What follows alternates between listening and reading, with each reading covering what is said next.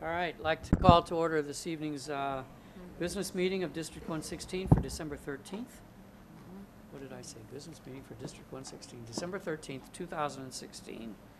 Roll call, please. Member Hall. Here. Member Patton. Here. Member Pulaski. Here. Member Fisher is here, and President Demmett. Here. We do have a quorum present. Are there additions, corrections, or modifications to this evening's agenda? Yes. I'd like to add one thing that was inadvertently left off the agenda. It's not an action item, and it was also publicly noticed in the News Gazette on 11/29/2016. Would like to add a 4.5 after the approval of the agenda to reflect the Truth in Taxation hearing. And so that would be a public hearing that you would do immediately following the approval of the agenda, as was noticed in the News Gazette for 7:30 p.m. tonight. All right. Any further additions, corrections, modifications, board members? Okay. Motion to approve the agenda would be in order. Second. Moved and seconded. All in Could we, before you vote, could we make sure that it's an approved agenda with that modification? With that, As with that amended. modification. As amended, yes. Yes. Moved and seconded. All in favor, say aye. Aye. Those opposed, same sign. Motion is carried. We will, boy, the only time I get to use my gavel. No, I won't do that. Okay. Knock, knock, knock. I'd like to open this public hearing for this evening. It'll be over by the time you get back. Don't worry about it. Oh. Oh, thank you.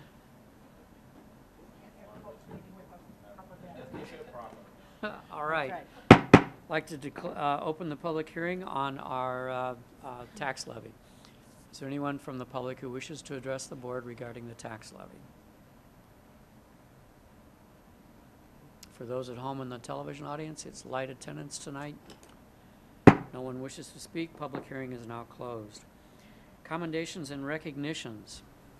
I have one that I'd like to bring to the attention of the board as soon as I open the correct thing. And that is, I have before me a notification from IASB that congratulates Mr. Don Owen on being selected as a superintendent of distinction in the Illini region. So we'd like to Ooh, formally all recognize right. Don for that honor. Thank you. So, and congratulations. Thank you. We're now ready for citizen statements this evening, and while we're waiting for anyone who wishes to address the board, we'd like to recognize Stephen Thompson for running the cameras for us tonight so the folks at home can watch us. Are there any citizens wish to address the board this evening? Seeing none, we'll go ahead and move on. We have no call for an executive session after tonight's meeting. We do have administrative reports, and the first of those is from the chair of our Facilities Planning Committee. So there's no slides tonight because the committee's basically just getting started, and it's comprised of a great array of people from ranging from parents to people from the city and MTD and from the realtor organizations and developers. We're trying to answer the 4 charges placed to the committee, which is what to do with the land north of the high school, what to do with the are the needs of our elementary students being met by the current number, size, and placement of our elementary schools. What should be done about central administration, and I'm forgetting the 4th. Adult education. Oh, right, and adult ed as well. So to that end, we've done a lot of tours. We've toured both Dr. Williams as a school that has been most recently received renovation, as well as we toured Thomas Paine to show an example of a school that is yet to receive renovation. We had a quick bus tour of the area north of the high school, and we met in the high school as well. We've had presentation from several of our building principals about what their needs in their buildings are. We had a tour of this facility, which is rather interesting because I hadn't actually toured the whole thing yet, including the basement, to show what the needs are here. So we're still collecting data. At our last meeting, we posed a number of questions to administration, which are going to be given in a report on Thursday to that group, and I think we're going to see some of those answers tonight in our body. All the meetings are up on YouTube, so if anybody wants to watch them in their entirety, they're able to. I mean, and Ruth Ann and Brenda have been to several of them as well, staying in the loop. So, Johnny, you have anything to add, or? No, good report. All right, we'll move on then to 80.02, our second administrative report, which is an elementary enrollment update. Don? Yeah, this is actually a follow-up to Paul's report on the Facilities Planning Committee. The Facilities Planning Committee has been asking a lot of questions about building enrollments, about attendance areas for elementaries, about space, and many of them kind of center around issues that are really focused on redistricting. And so as I've been working with Dr. Ivory Tatum and Darcy Widener to pull this information together, I wanted to give you information before I gave it to the Facilities Planning Committee, in part because I think that much of this information is going to set a context for discussions that we have around redistricting. Now, I will say that Dr. Ivory Tatum is working with a group of teachers and administrators at Dr. Williams to work on short-term recommendations for relieving the numbers at Dr. Williams for next year. They are not ready to present, and we're currently planning on a February study session for that presentation that's short-term. And then also, as we talk about short-term, we're going to start talking about long-term recommendations for redistricting. And those will be things that the board will probably have to address as we move into next year, that hopefully we will buy ourselves a little bit of time with some short-term changes. So again, these questions have come out of the Facilities Planning Committee, but they really are about elementary enrollment as they wrestle with this question. I think it's their second question or third question on the list, which is the current location, number, and size of our elementary schools appropriate for Urbana? So I'm going to start with a quick overview. You have a memo in front of you with two charts on it. I'm going to start on a quick overview of that chart. Just a reminder that in our collective bargaining agreement with the union, we have class size language that I can best describe as laddered or tiered, in that it's a smaller cap at the kindergarten level, and that's a mandatory adjustment of 23. And as you move up through first grade, it hits 26. Second and third grade is 29, and fourth and fifth grade, it hits 31. Now, our collective bargaining agreement doesn't say that those are hard caps, but it says that there are adjustments that the administration can work with the teachers to put in place to alleviate those large class sizes. And oftentimes they come in the form of class size reduction teaching assistants that are defined in the contract. Sometimes they're moving classrooms or splitting classrooms to form new classrooms.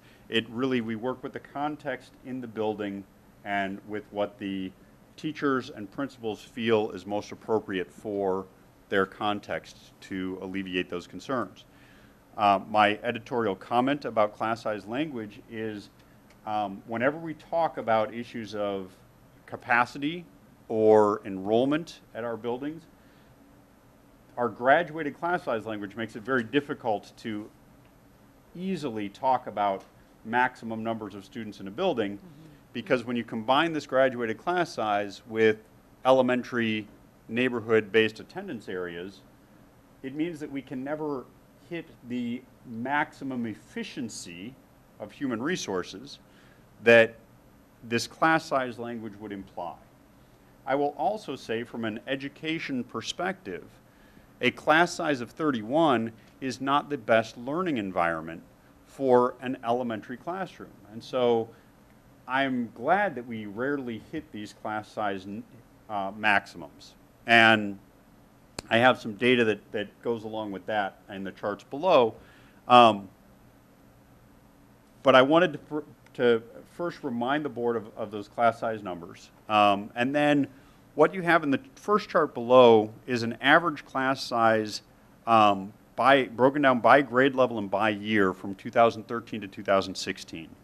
And so as you move from left to right across that chart, you have kindergarten on the left, 5th grade on the right, and then the K-5 average on the far end in bold. And then averages by grade level go across at the bottom. As you can see, our average K-5 enrollments are right at 21.5 to 21.75 over the last 4 years. To me, that's good news. That means that we are below those class size maximums. I think we're at a much closer spot that research would say is appropriate number of elementary students in a classroom.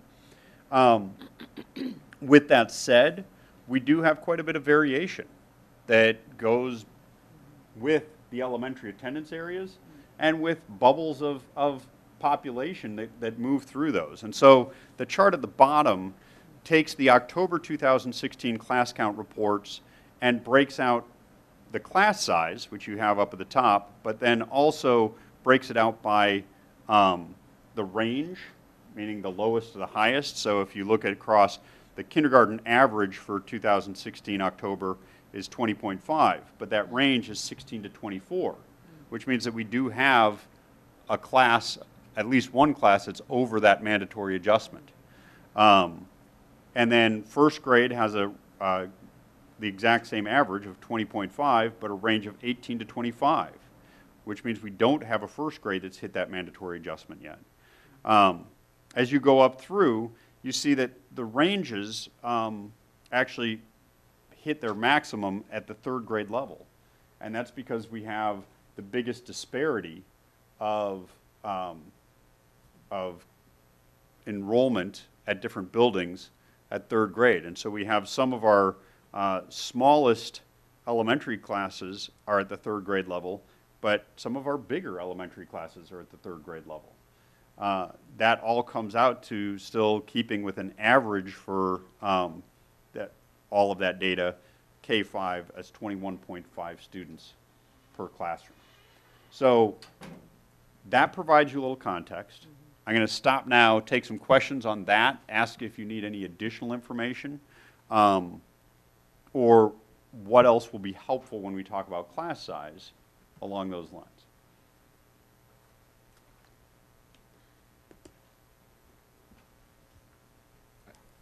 I know I sent this to you in email earlier today, but what would be interesting, I think, for me would be to compare the standard deviation historically from 2-strand schools versus 3-strand schools to see if it actually, if a 3-strand school actually has an easier time leveling out the differences between grade levels than a 2-strand school.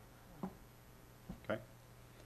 And I will just for our viewing audience and for people who aren't familiar with that 2-strand to 3-strand, that refers to the number of classrooms per grade level. So a 2-strand school would mean that you have essentially 2 kindergartens, 2 first grades, 2 third grades, and so on, with the caveat of, because we have a graduated class size language in our contract, we oftentimes have one additional kindergarten and sometimes one additional first grade than the rest of the grades going up.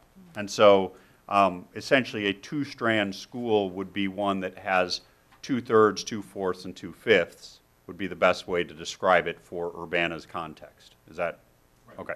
So as I'm pulling together that data, I just want to make sure that I'm clear with the board and with you what exactly you're looking for. And our Spanish immersion programs may affect that a little bit too, in that there's different class sizes for those. Those classes are constructed differently. Not really. They're still under the same class size requirements. I understand that, but the efficacy of 2-strand versus 3-strand might be affected because both of the buildings have Well, does Leal have just the one non-DL Right now, there's at kindergarten level, at kindergarten? there are 2 dual language immersion kindergartens and 1 English-only kindergarten Yeah. at kindergarten level. And then as you go up, that flip-flops because of, again, it's because of the enrollment patterns of our Spanish language and Understand, but- English-only students. But it may affect the answer to your question, Paul, because. No, Leal- I understand. We They're would discrete- think they're of Leal discrete. as a 3-strand school. Right, but it's like a 2-strand and a 1-strand, Yeah. depending on the grade level. Yeah, so it does complicate things. I hadn't considered that. Yeah. Again, it's a very nuanced conversation, but I think I'm more than willing to provide the board with as much data as they want. And I appreciate the questions that are really specific about trend data. And I think you're pointing out issues of variance is a very good one, because when I give averages and I report out averages, it does minimize the impact of variance that occurs. And I think it's important to see that, yeah, at our kindergarten and first grade this year, there's very little variance. That standard deviation, just so you know, is essentially if you took the average, 20.5, and added 2.35 to it and subtracted 2.35 to it, so you're basically going from 18 to 22, 2/3 of your students would fall in that range. And that's what we mean by a standard deviation. Okay, so about 67% of your students fall within 1 standard deviation of that average. And so, again, if you have a standard deviation that's 4.15, that's a pretty large range. And you can see that from the range that I provided there too. But it also means that you could have, 16 to 24 is a pretty big range, but there's much more, Compact or? it's compacted, or it's closer to the mean. I'm using my going back to my college statistics. It's a closer. The range is narrower towards the mean. And I want to make sure I'm reading the chart right. If you read it a diagonal, for instance, picking out the folks that grade 2, average class size in 2013, those same students would be in 3rd grade in 2014 and then in 4th grade in 15. And I noticed that if you look at that diagonal, it's a particularly larger than anywhere else. That's where your largest class, well, pretty close, current Yes, it current is. 5th grade. But if you look at that diagonal, you can see that that's a particular cohort that's had larger class sizes than the other cohorts. Yes. So yes, that you're exactly right. That's the way to read that diagonal, and that shows basically a bubble Yes. across the district that started in 2013 at 2nd grade and is now in our 5th grade. Okay. And that's also something that the middle school is aware of too. That those are larger classes. And to be honest with you, if you take a look up, the diagonal right above that one was a fairly large one as well. Yes. That are current 6th graders, and the one before that. Any other questions? Don, can I make a quick comment? Yes. I was double checking the numbers for accuracy today, Don, and on the second chart, 3rd grade, it's actually 14 to 27, not 25. So if you change that Thank you. 25 to 27. And that makes the Makes- 4.15 Make more sense. sense. Thank you. I'll correct that before we put these up on the website for board information. We were still pulling this together as of today, just for the facilities committee. Okay, the second piece of information that I have that also relates to elementary enrollment specifically looks at a question that was posed by a member of the facilities committee who said, I want to know how many students reside in each of the attendance areas on the map. So not how many reside in the Thomas Paine attendance area, but in each of the blocks. So what we did is on this map is a key that labels each of the attendance areas and a number. So you have, starting up at the top, the farthest northeast is Thomas Paine 1. The farthest southeast is Thomas Paine 4, with the two smallest geographical boxes there, Thomas Paine 2 and Thomas Paine 3, are in the middle. Thomas Paine is also the only school that has 4 separate neighborhood boxes. Yankee Ridge has 2, Yankee Ridge 1 and Yankee Ridge 2. Wiley has 3, Wiley 1, 2, and 3. King has 2, King 1 and King 2. Leal has 2, and then Dr. Williams has 3. They're actually connected, but they're divided by Highway I-74, and so I separated them for the data analysis. So that's what your key is, and then if you flip over to the chart, what you have is the number of students that live in that block. So we're calling those blocks. And as you can see, there's a wide variance in how many students live in each of those blocks. It's a very interesting piece of data. Thomas Paine 1, which is, I believe, our second largest square footage or square mileage block, has a total of 3 students. Okay. Thomas Paine 4, which is the largest block, has 226 students. So what you have there is a block total, and then you have the number of students in that block attending each of our 6 elementary schools. And to answer the most obvious question for people who aren't familiar with Urbana, is the reason why we have people attending schools other than their current one is 2 or 3-fold. One is for special programs, for example, the multicultural ESL program at King Elementary School. You have students attending from basically almost all of the blocks, with the exception of Leal 1, Dr. Williams 1, Thomas Paine 1. All the rest of the blocks on that map attend King. Dr. Williams has a number of students who are attending from every block except Wiley 3, King 2, Leal 1, and Thomas Paine 1, in part because of the dual language immersion program there. And you also have students attending Thomas Paine for a special education assist program, cross-categorical program there, and you have students attending Yankee Ridge for the EBD program that is housed there. Those numbers are relatively small. The dual language and ESL programs are the largest contributors, but then we also have 82 students from across the district that are petitioned to other schools. And those are all petitions that go through our regular petitioning process, and so that explains some of the additional variation. The final number, which is probably the smallest, is if you remember a number of years ago under No Child Left Behind, we were required to offer school choice at the elementary level. While we still have a small number of students who are in the 5th grade that fell under that choice and have been allowed to continue at the school that they chose at that time. And so that has played a role.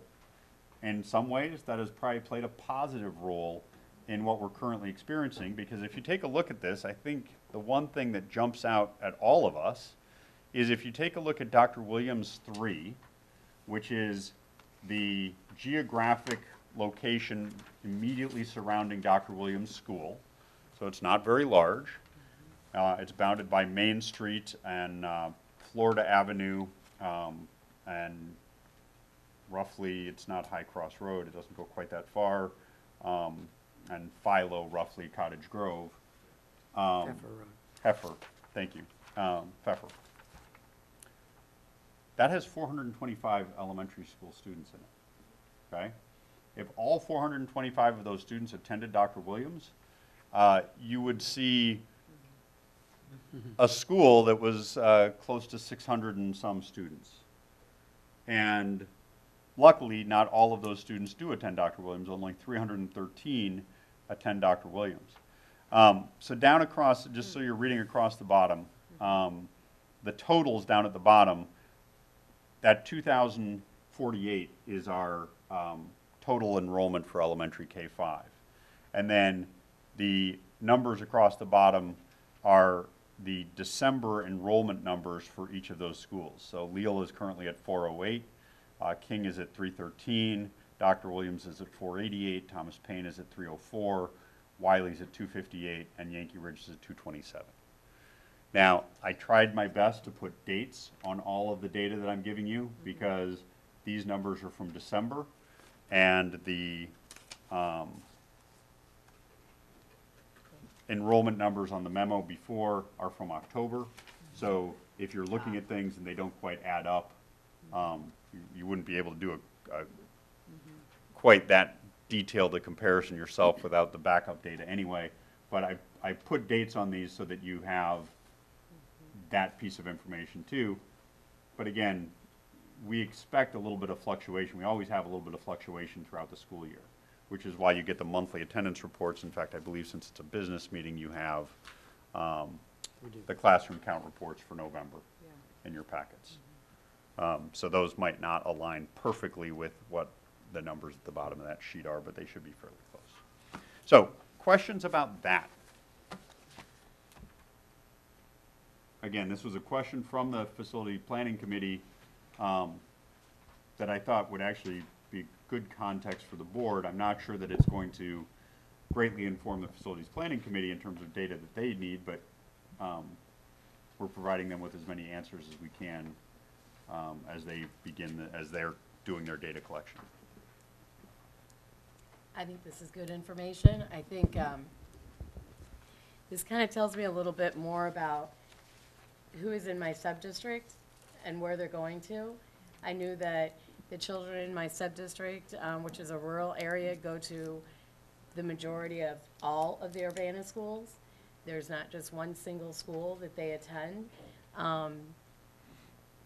And I think this is a good guide for us to think about facilities in the future, you know.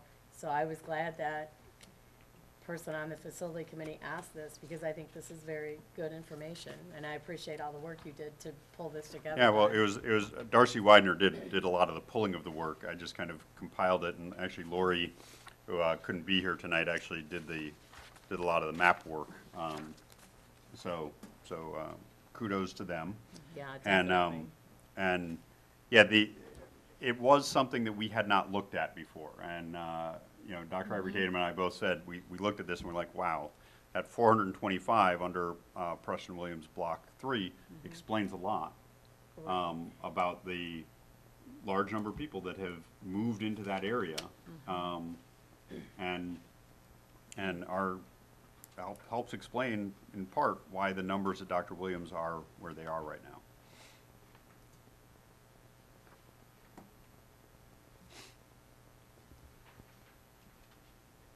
I have a quick question.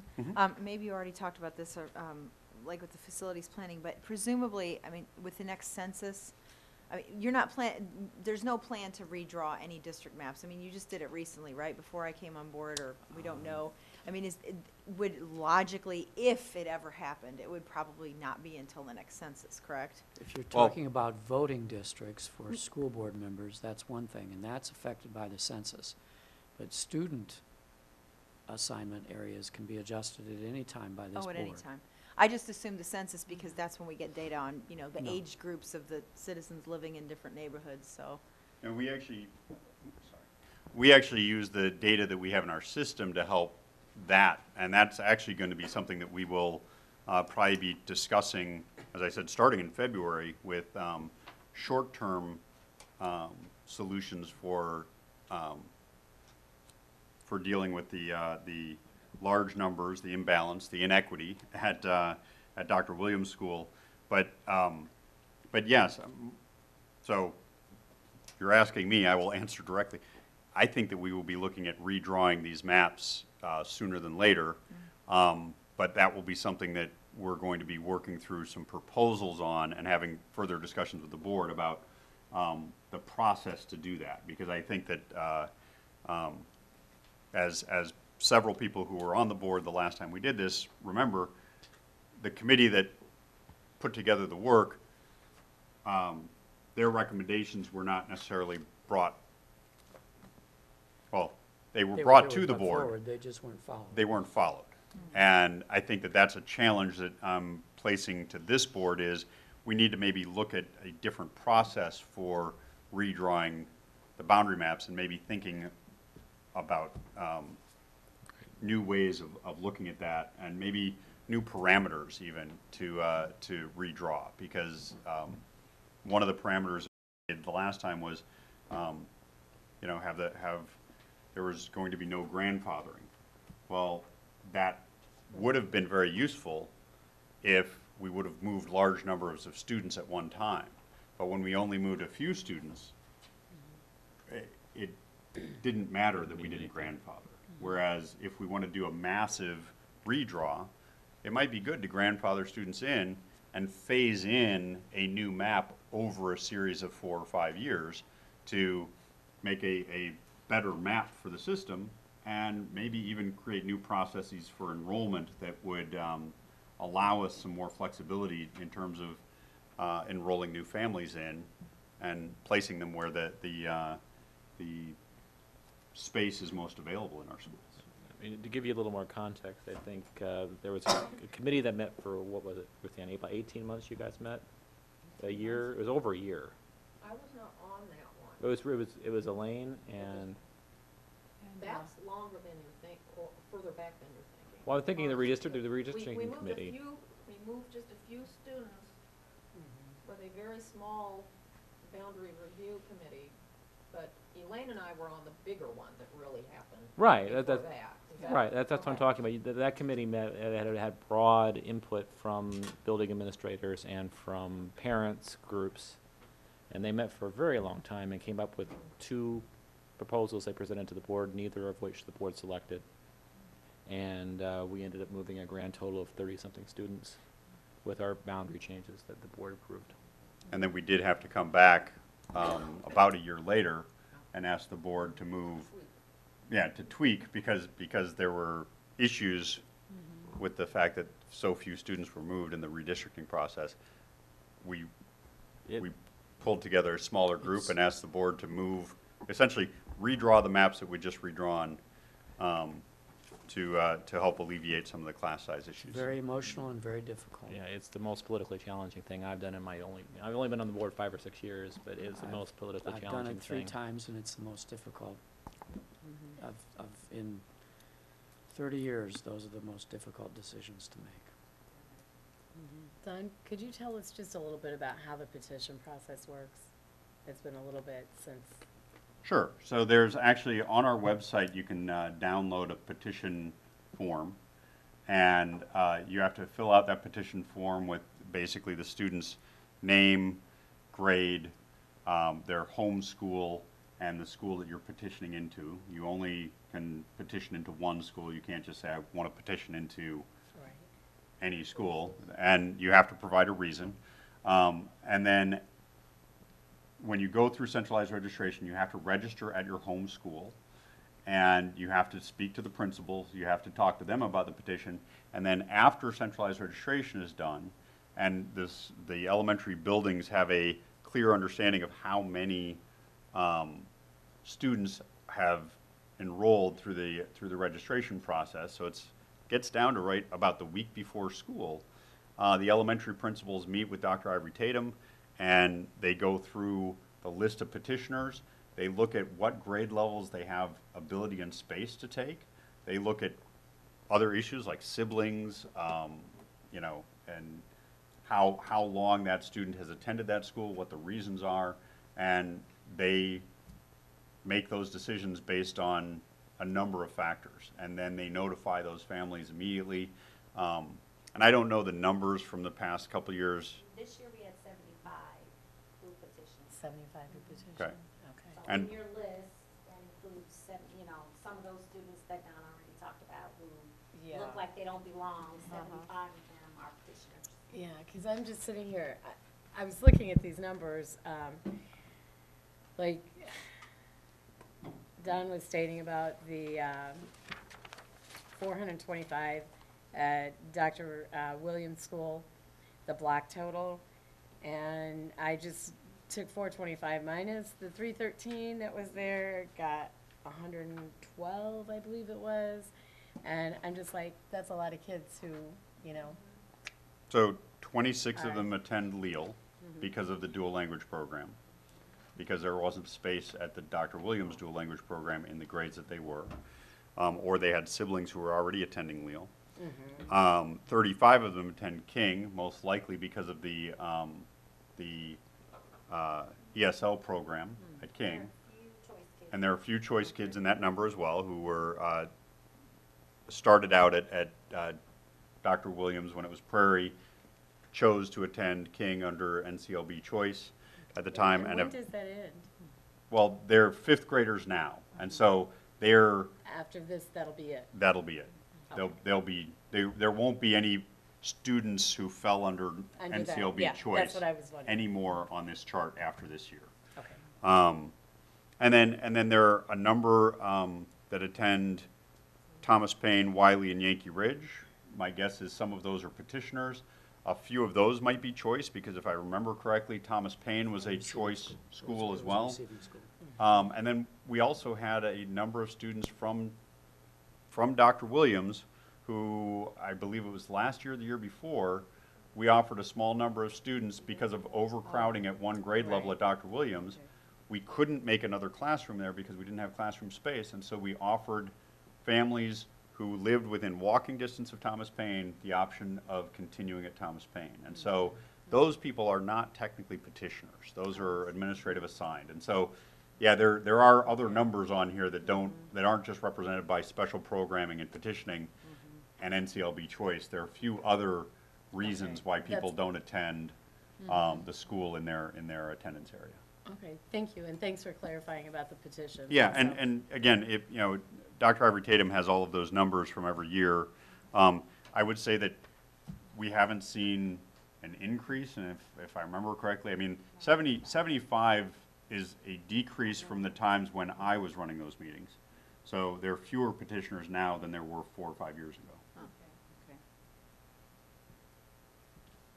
And just to give you, Brenda, Dr. Williams has 31 petitioners right now, and a large majority of those are at Thomas Paine, which, including the ones who we've assigned to Thomas Paine and who are petitioners, that makes up a large portion of that 41. Okay.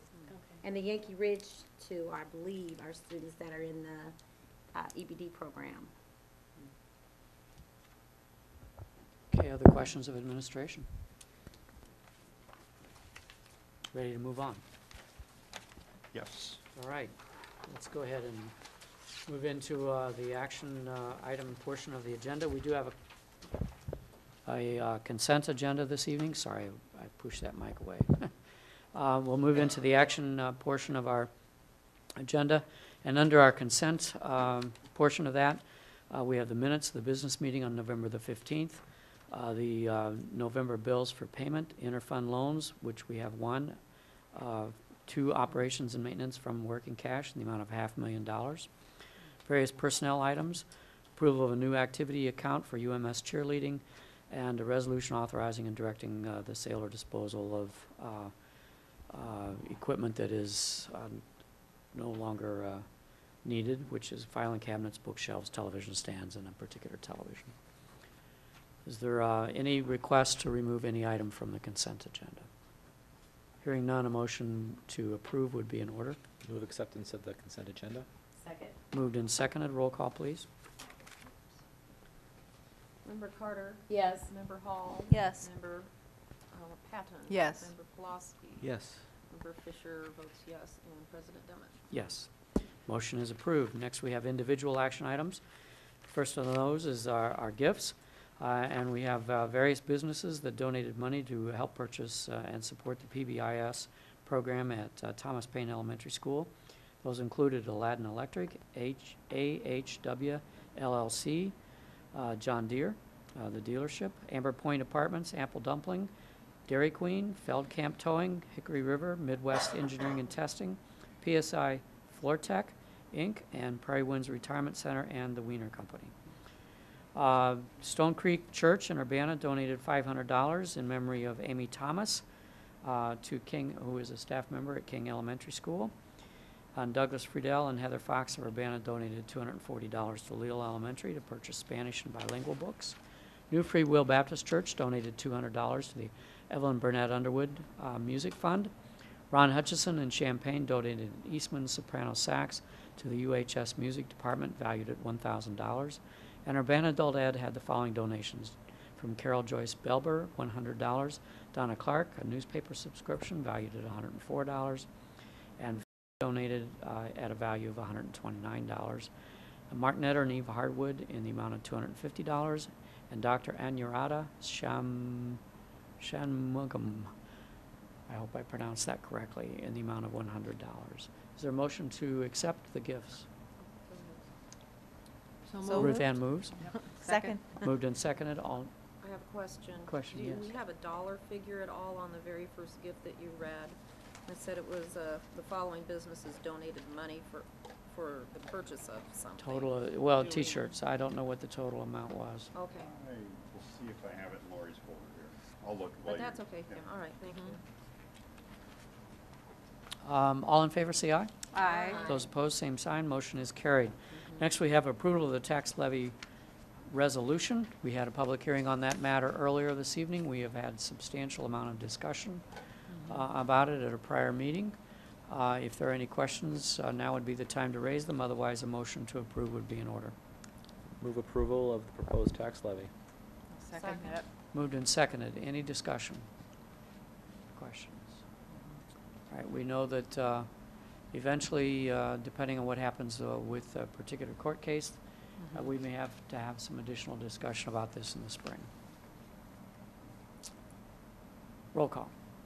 Member Carter? Yes. Member Hall? Yes. Member Patton? Yes. Member Pulaski? Yes. Member Fisher votes yes, and President Nemeth. Yes, motion is carried. We have no future special or executive meetings scheduled at this point in time. Superintendent's report. Yeah, I'm going to start by answering Ruth Ann's question. I found it in the, so this is donating money for PBI's T-shirts for Thomas Paine Elementary School. The long list that was Aladdin Electric was $150, AHW LLC John Deere Road in Dwight, Illinois. Don't have a dollar amount for that one. Amber Point Apartments was $100. Apple Dumpling was $150. Dairy Queen was $150. Feldkamp Towing was $150. Hickory River was $150. Midwest Engineering and Testing was $150. PCI Floor Tech was $300. Prairie Winds Retirement Center was $150. And the Wiener Company was $150. Thank you. Some good work. Yep. Yes, that was wonderful. Thanks, those businesses. Oh, superintendent's report. I guess I'd just like to point out that the end of this week on Friday is the last day for students before winter break. Staff have a staff development day on Monday, and then we are off for approximately 2 weeks. We return on January 3rd. And during that time, the district office will be closed on the 23rd, the 26th, the 29th, and the 2nd. Correct. And so we will have that posted out front as well, but just wanted to make sure that people knew that. The middle school, high school, and district office will be open pretty much regular hours the other days of winter break. I also would like to make one comment about the weather, a little earlier than I had hoped, and as I told my administrative team and a number of parents who I spoke to today, the weather forecast when I went to bed last night said that we were not going to have much of a weather event as school was starting today, and obviously we did. I appreciate everyone's slow driving, and luckily we had only minor issues on the way to school this morning, and I've not heard of anyone who was, seriously injured or anything else. There were a few fender benders that I've heard about, but no injuries. And I want to thank our local grounds crew, our Urbana District grounds crew, for getting salting and shoveling out of the way as quickly as possible. In fact, I think they kind of beat the city out there for getting our spaces cleared. The day turned into a very nice day and the roads dried fairly quickly. We are expecting some fairly cold temperatures later this week, but again, the forecasts at this time do not indicate anything that would indicate a school closure or cancellation. I will stay very closely attuned to weather forecasts because they do change at a moment's notice, as I told the News Gazette when they talked to me today. We are not actively looking at school closures for the remainder of this week. And we will monitor the weather as we do every winter and make sure that we're making calls that are in the best interest of student safety in terms of getting to and from school, whether it's because of snow and ice or because of cold. So We're Midwesterners, we're not Floridians. that is Yeah. true. And usually we have a very fast city crew that's out there salting and plowing. I think that this morning it caught everyone off guard a little bit, and it took them a little bit longer to get out on the roads. But luckily, as I said, people drove slowly this morning, and we all made it. So I will leave that. I'd just like to wish everyone a happy holidays and a nice break. Okay, board reports. I would just like to say that at the Delegate Assembly in Chicago, it went very well this year. There were a few resolutions, and some of them lasted a little bit longer than they thought, but we were able to get everything worked out. There was really no big changes. I appreciated going up there. I did learn a lot at the conferences I went to, and I always find it a great learning experience, so thank you. Other board reports. I just wanted to Peggy. mention, for those who didn't hear, Joe Wiemelt in our dual language program was featured on Illinois Edition by Dusty Rhodes, who's the education reporter, this past Thursday, December 8th. It was a really good feature. She interviewed not only parents, but also a couple children in the program, and it was just really endearing interviews. The online version, you can listen to the whole story online, but it also has some pictures of classrooms online. And they talked a little bit, too, with Highland Park, which has, I guess, had the first dual language program in the state, but really it mostly talked about our local program, which was, came across very, very well, to no surprise, so. Anything else this evening? Motion to adjourn would be in order. Second. Moved and seconded. All in favor, say aye. Aye. Those opposed, same sign. Motion's carried. We're adjourned.